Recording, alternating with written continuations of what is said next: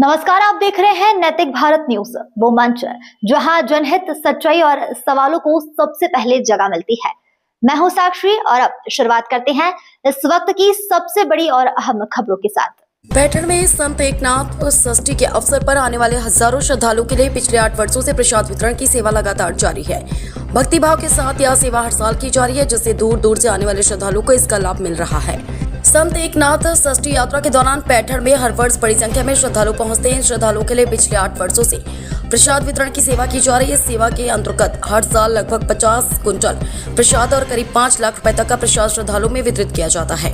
भक्तिभाव और सेवा भावना के साथ हजारों श्रद्धालुओं को प्रसाद दिया जा रहा है, जिसमें कई सेवा भावी कार्यकर्ता सक्रिय रूप से सहभागी बन रहे हैं।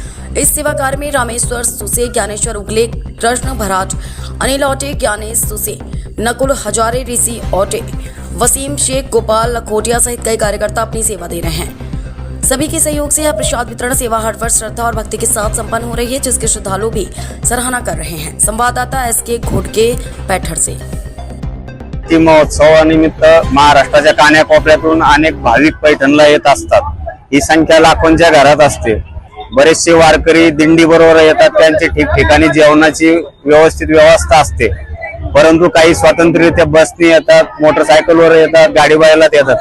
त्यांना पैठणमध्ये हॉटेलचं खाण्या वाचून काही पर्याय नसतो। अशा भाविकांचा विचार करून 8 वर्षापूर्वी आम्ही कृषी जगत परिवार तसेच पाटील प्लाझा कॉम्प्लेक्स मधील व्यापारी, वेगवेगळ्या कृषी कंपन्यांचे प्रतिनिधी आणि शेतकरी बंधू सर्वांच्या एकत्रित सहकार्यातून 8 वर्षापूर्वी हा अन्नदान सोहळा आम्ही सुरू केला।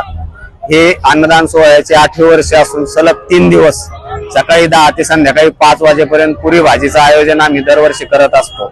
या कार्यक्रमामध्ये अन्नाची व्यवस्थित स्वच्छता, पाण्याची स्वच्छता आणि भाविकांच्या आरोग्याची काळजी या बाबतीत आम्ही कटाक्षाने लक्ष देऊन हा कार्यक्रम राबवतो।